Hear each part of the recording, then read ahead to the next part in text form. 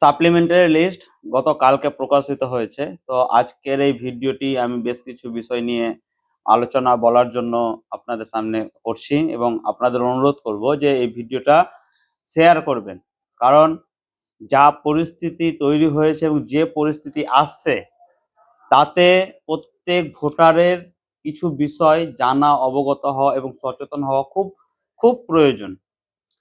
তো আপনারা কালকেই দেখেছেন যে সাপ্লিমেন্টারি লিস্ট প্রকাশিত হয়েছে এবং অনেক বুথের লিস্ট প্রকাশিত হয়েছে এবং অনেক বুথের লিস্ট প্রকাশিত হয়নি। তো যে সমস্ত বুথের লিস্ট প্রকাশিত হয়েছে সেই সমস্ত বুথের কাজ হয়ে গেছে বলে সেগুলো প্রকাশিত হয়েছে, এবং যেগুলো প্রকাশিত হয়নি সেগুলো কাজ হয়নি। আচ্ছা, 2 নম্বর বিষয়, দেখতে পাবেন যে অনেকের নাম বাদ গেছে। যাদের নাম বাদ গেছে, এখানে প্রশ্ন হচ্ছে যে কাদের নাম বাদ গেছে, কেন নাম বাদ গেছে। এখানে অনেক নাম বাদ গিয়েছে যারা জেনুইন ভোটার, কিন্তু তারা পর্যাপ্ত পরিমাণে কাগজ জমা দিতে না পারার কারণে তাদের নামটা বাদ গিয়েছে। দেখুন, এখানে আপনাকে একটা জিনিস মানতে হবে যে যারা হিয়ারিং করেছে বা যারা অফিসার ছিল বা যে জাজেসদের সামনে কাগজ গিয়েছে আপনার, তারা কিন্তু আপনার চেহারা চেনে না, আপনার নাম জানে না। তারা আপনাকে চিনবে, আপনার ভোটাধিকারটা নির্ভর করছে সম্পূর্ণটাই আপনার কাগজের ওপরে, সম্পূর্ণটা নির্ভর করছে আপনার কাগজের ওপরে। এবার হয়েছে কি, বিশেষ করে মালদা মুর্শিদাবাদে হেয়ারিং এ পর্যাপ্ত কাগজ নেয়নি, একটা বা দুটো কাগজ নিয়ে ব্যক্তিকে হেয়ারিং থেকে পাঠিয়ে দিয়েছে। তো এই ভুল হেয়ারিং এর কারণে বা পর্যাপ্ত পরিমাণে কাগজ জমা না নেওয়ার কারণে কিন্তু অনেকের নাম বাদ গিয়েছে। কেন? কারণ তারা ভেবেছিল যে যেহেতু আলটিমেট সিদ্ধান্ত আমরাই নেব এবং আমাদের হাতে একটা দুটো কাগজ দেখে ওনারা স্যাটিসফাইড যে না ঠিক আছে, একটা কাগজে হয়ে যাবে, বাকি কাগজের আর প্রয়োজন ওনারা করেননি, প্রয়োজন অনুভব করেননি। তো এই জায়গায় দেখা যাচ্ছে বিশেষ করে মহিলাদের ক্ষেত্রে, ঠিক আছে, যে অনেক মহিলা ভোটার শুধু হেয়ারিং এ কি করেছে, আর 5 জনের মতো আধার কার্ড দিয়েছে, বাবা মায়ের 2002 এর লিস্ট দিয়ে এসছে, আর প্যান কার্ড দিয়ে এসছে। মানে বাবা মায়ের যে লিঙ্কেজের একটা প্রমাণ, তার কোনো স্ট্রং ডকুমেন্টস তারা দিতে পারেনি, ঠিক আছে। এবার এই কারণে দেখা যাচ্ছে যে যেগুলো নাম বাদ যাচ্ছে বেশিরভাগটা কিন্তু মেয়েদের নাম, ঠিক আছে। আর অনেক জেনুইন ভোটারের নাম বাদ যাচ্ছে কারণ তারা পর্যাপ্ত পরিমাণে কাগজ দিতে পারেনি। এখানে আপনারা ভাবছেন যে আমার তো লিঙ্কেজ আছে, এখানে লিঙ্কেজ থাকা না থাকার থেকে বড় বিষয় হচ্ছে আপনার কাগজ। দেখুন, আপনার লিঙ্কেজ থাকলেও নিশ্চয়ই কিছু পরিবর্তন বা ভুল আছে, ভুল না থাকলেও যেহেতু এটা একটা চক্রান্তমূলক কাজ হয়েছে, এখানে আপনার করার কি আছে? আপনার করার কি আছে? এখানে একটাই জিনিস আপনাকে রক্ষা করতে পারে, আপনার ভোটাধিকার ফিরিয়ে দিতে পারে বা আপনাকে রক্ষা করতে পারে, সেটা হচ্ছে আপনার কাগজ। এখন যদি বলেন যে আমার পাশের গ্রামে বা আমার পাশের বাড়ির একটা লোকের বিনা কাগজে নাম চলে এলো, আমার কেন এলো না, কাগজ থাকা সত্ত্বেও নাম বাদ গেছে, এটা বলে কি আপনার নামটা থাকবে? আপনার এটা কি আপনার উপায়? না, আপনার উপায় হচ্ছে আপনার কাগজগুলো এখন প্রস্তুত করা। ব্রিটিশ আমলে একটা আইন ছিল, রাওলাট আইন, যেখানে কি হতো যে কোনো ব্যক্তিকে সন্দেহমূলক হলেই তাকে মানে দোষারোপ করে সন্দেহমূলক ভাবে তাকে আইনে বিচারের আওতায় নিয়ে আসা হতো। তখন সেই ব্যক্তিকে কি করতে হতো, সে নির্দোষ, তাকে সেটা প্রমাণ করতে হতো।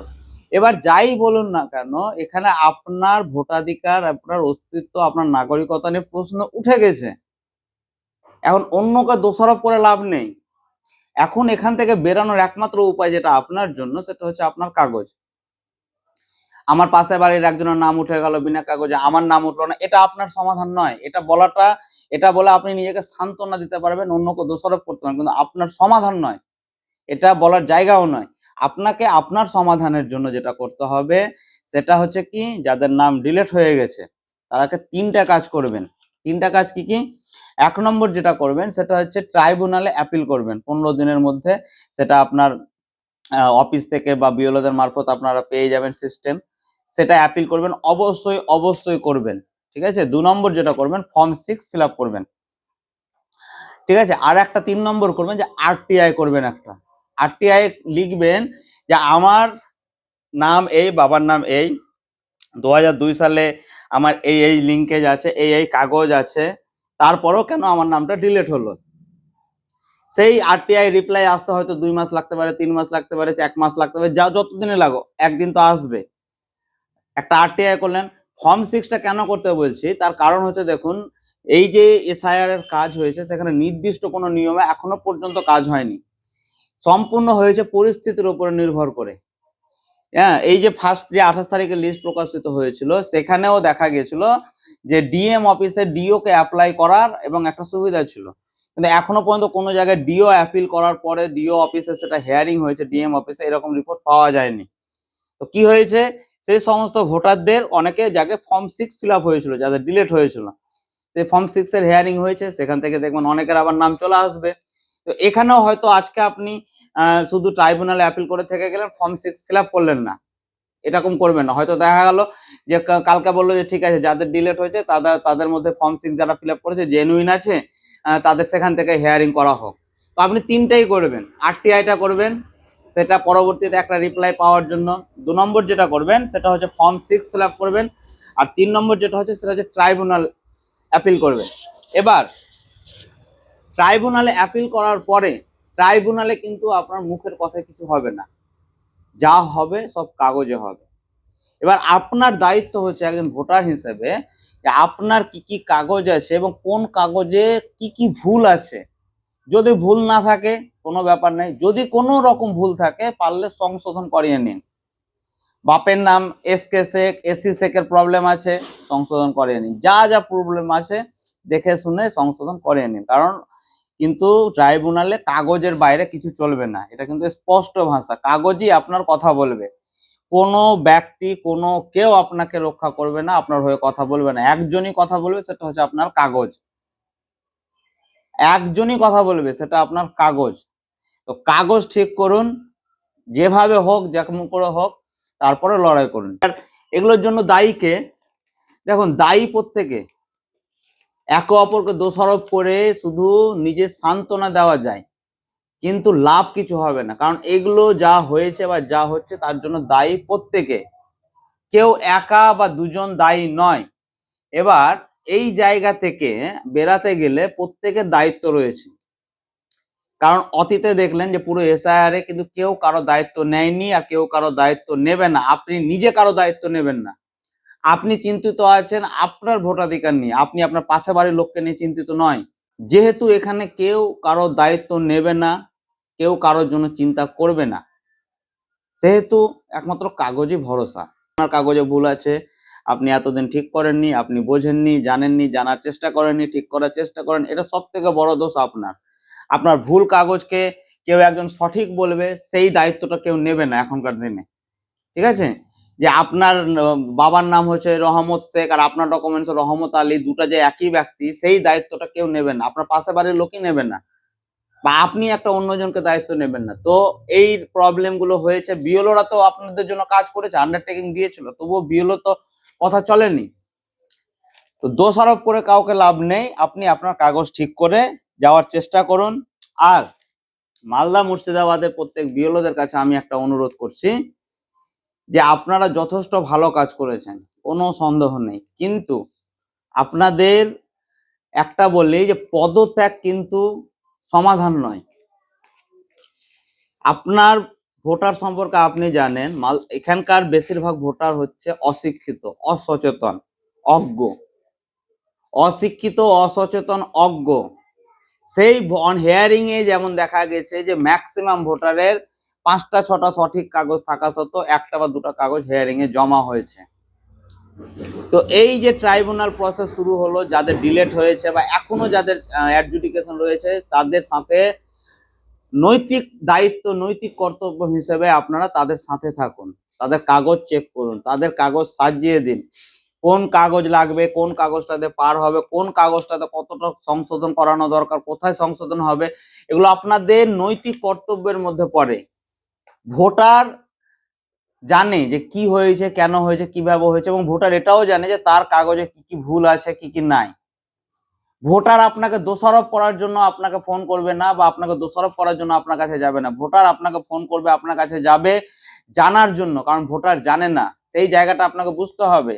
আর এই অশিক্ষিত, অসচেতন, অজ্ঞ ভোটারদের যদি এই মুহূর্তে সাথ ছেড়ে দেওয়া যায়, এদের কোনোদিনও এদের পক্ষে সম্ভব নয় যে সুপ্রিম হাইকোর্টে গিয়ে বা ট্রাইব্যুনালে গিয়ে এরা নিজের অধিকার ফিরিয়ে আনবে, সম্ভব নয়, এরা জানেই না। গ্রাম বাংলায় যে সকল মানুষগুলো পঞ্চায়েত অফিস থেকে একটা সার্টিফিকেট নিজে তুলতে পারে না, গ্রামের দুটো লোকের সাহায্য না নিয়ে, রাজনীতির লোকের সাহায্য না নিয়ে, সেই মানুষ যে হাইকোর্টে বা ট্রাইব্যুনালে গিয়ে নিজের অধিকার ফিরিয়ে আনবে, এটা অসম্ভব।